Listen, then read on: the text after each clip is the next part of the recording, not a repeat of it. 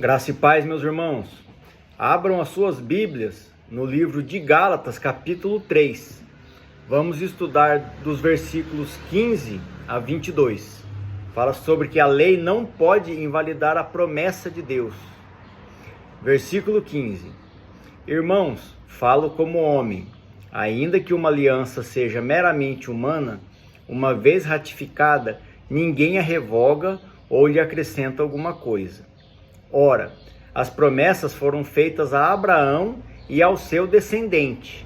Não diz e aos descendentes, como se falando de muitos, porém como de um só, o teu descendente que é Cristo. E digo, uma aliança já anteriormente confirmada por Deus. A lei, que veio 430 anos depois, não a pode abrogar, de forma que venha a desfazer a promessa. Porque se a herança provém da lei, já não decorre de promessa, mas foi pela promessa que Deus a concedeu gratuitamente a Abraão. Qual, pois, a razão de ser da lei? Foi adicionada por causa das transgressões, até que viesse o descendente a quem se fez a promessa, e foi promulgada por meio de anjos pela mão de um mediador. Ora, o mediador não é de um, mas Deus é um. É porventura a lei contrária às promessas de Deus? De modo nenhum, porque se fosse promulgada uma lei que pudesse dar vida, a justiça, na verdade, seria procedente da lei. Mas a Escritura encerrou tudo sob o pecado, para que, mediante a fé em Jesus Cristo, fosse a promessa concedida aos que creem. Meus irmãos, aqui nesse estudo, ele é muito importante, nós temos que ler com atenção e entender a mensagem que Paulo queria passar aos Gálatas e por que ele queria passar essa mensagem. Lembrando que ele anteriormente, nos estudos que nós já fizemos até aqui, ele vem exortando a igreja da Galácia sobre os judeus convertidos ao cristianismo que queriam, entre aspas, persuadi-los a cumprir a lei mosaica além da fé em Jesus Cristo. E nós vamos confirmar aqui, através das palavras de Paulo, que a lei não pode invalidar a promessa de Deus. Inclusive, a lei, ela é posterior à promessa. Primeiro veio a promessa, depois veio a lei e depois veio a graça. Vamos ver aqui, versículo 15. Irmãos, falo como homem, ainda que uma aliança seja meramente humana, uma vez ratificada, ninguém revoga ou lhe acrescenta alguma coisa.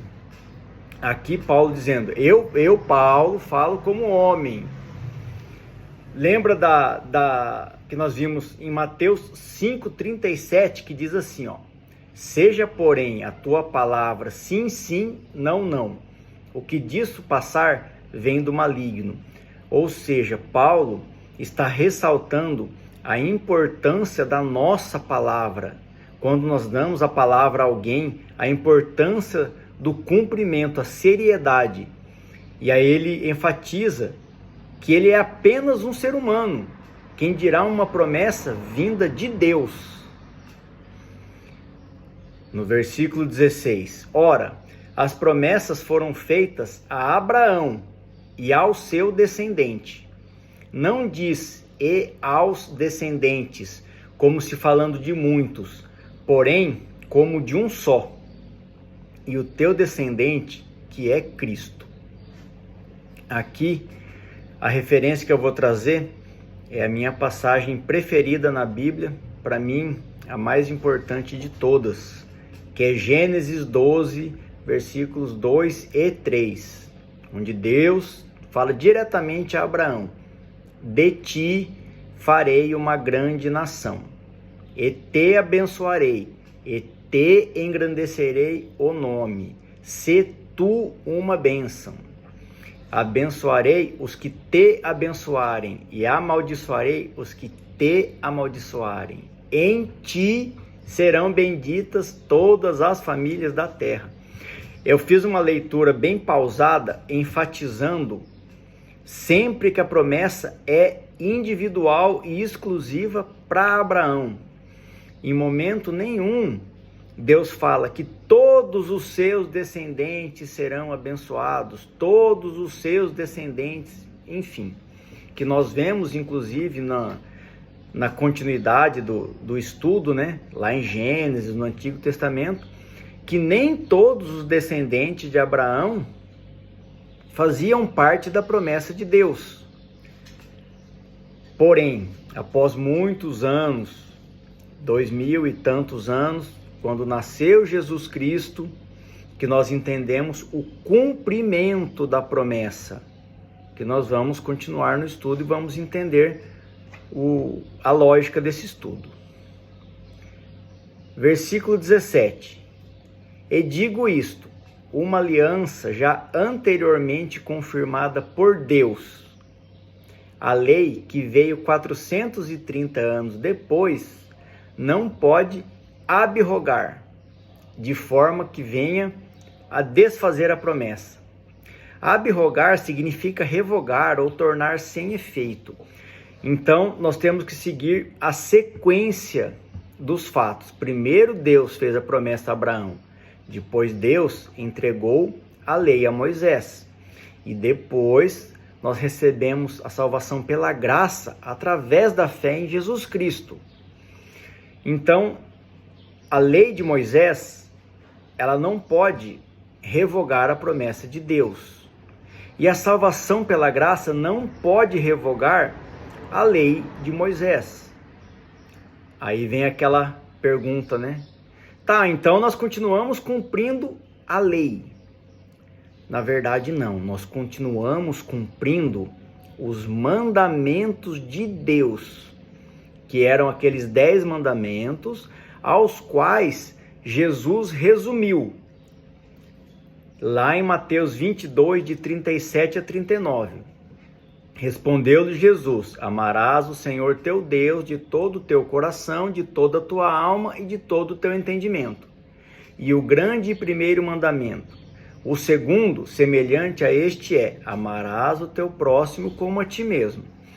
Jesus, quando ele respondeu aqui no caso aos fariseus, qual era o grande mandamento, é o mandamento que Deus entregou a Moisés, que eram os 10 mandamentos. E o primeiro e maior deles é amar a Deus sobre todas as coisas.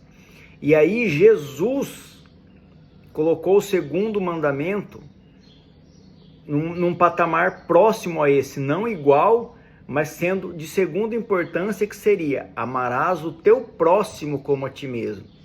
Porque todos os demais 8 mandamentos e toda a lei que veio a seguir, elas se cumpririam apenas nesses 2 mandamentos. Pois se você amar o teu próximo como a ti mesmo, que esse próximo é imagem e semelhança de Deus, você já estaria cumprindo todos os mandamentos e toda a lei.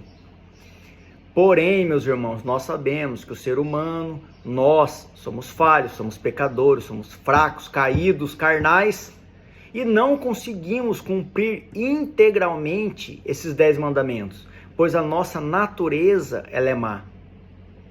Constantemente pecamos, consciente e inconscientemente, e por isso precisamos da graça redentora de Jesus Cristo. Versículo 18. Porque se a herança provém de lei, já não decorre de promessa, mas foi pela promessa que Deus concedeu gratuitamente a Abraão. Deus, ele fez aliança com Abraão antes da existência da lei. Então, a salvação, a promessa que Deus fez foi antes de existir a lei. Então, a salvação não pode se cumprir através da lei, e sim da graça de Deus. Porque Deus, quando ele fez a promessa a Abraão, ele fez de graça. Versículo 19. Qual, pois, a razão de ser da lei? Olha aí, vamos ter o entendimento. Olha como é importante a gente estudar para ter o entendimento da palavra de Deus. ela foi adicionada por causa das transgressões, até que viesse o descendente a quem se fez a promessa. E foi promulgada por meio de anjos pela mão de um mediador. Por que existiu a lei de Deus? Por que Deus entregou a Moisés a lei? Foi pelo seu amor, porque ele queria manter o seu povo no seu caminho, buscando a salvação. Porque o povo por si só, ele transgredia a lei, que seriam os mandamentos no caso. E as leis, todas as leis que vieram, elas não foram leis para promover a salvação, mas foram leis para promover a punição a quem transgredisse os mandamentos. Como nós vemos aqui em Deuteronômio, que fala da lei, né?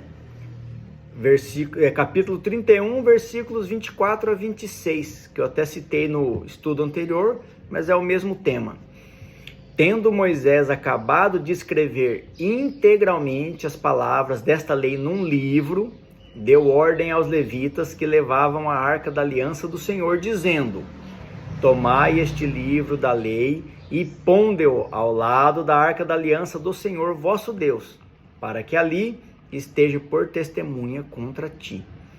Então a lei, ela era para tentar manter o povo no caminho da salvação, mas o caminho não era a lei. A lei era para punir os transgressores. Ela era o freio que era colocado na boca dos israelitas naquela época. Versículo 20. Ora, o mediador não é de um, mas Deus é um. Aqui ele fala que o mediador a que se refere é Moisés e posteriormente os sacerdotes, que daí depois veio Arão, toda a sua descendência, enfim, até que veio Jesus Cristo, onde nós tivemos o acesso direto a Deus após a morte de Cristo. Versículo 21. É porventura a lei contrária às promessas de Deus?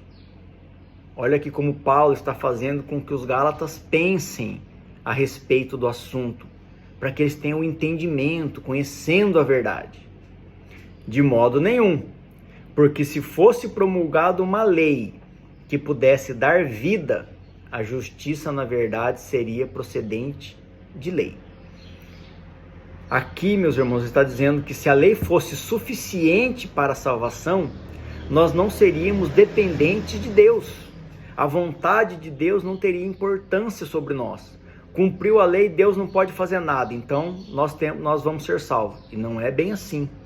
Nós sabemos que nós somos dependentes de Deus e que se nós vamos ser salvos, é por única e exclusivamente graça, através da fé em Jesus Cristo, através do sangue de Cristo que pagou os nossos pecados morrendo na cruz. Para concluir esse trecho do estudo, versículo 22. Mas a Escritura encerrou tudo sobre o pecado, para que mediante a fé em Jesus Cristo fosse a promessa concedida aos que creem. Aqui está reafirmando que a salvação é através da fé em Cristo. Como diz lá em João 19:30, quando, pois, Jesus tomou o vinagre, disse, está consumado, e inclinando a cabeça, rendeu o espírito. Aqui foi quando Jesus morreu na cruz, e quando ele disse, está consumado, ele quis dizer que todos os nossos pecados foram pagos, e a lei foi cumprida. Dali para frente, nós estávamos livres da maldição da lei, e vivendo exclusivamente pela graça, através do nome de Jesus Cristo. Meus irmãos, vamos ler e estudar a palavra de Deus. A verdade, ela não está no que eu estou falando, a verdade está escrita na Bíblia. Que tudo seja feito para a honra e glória do nosso Senhor Jesus Cristo. Amém.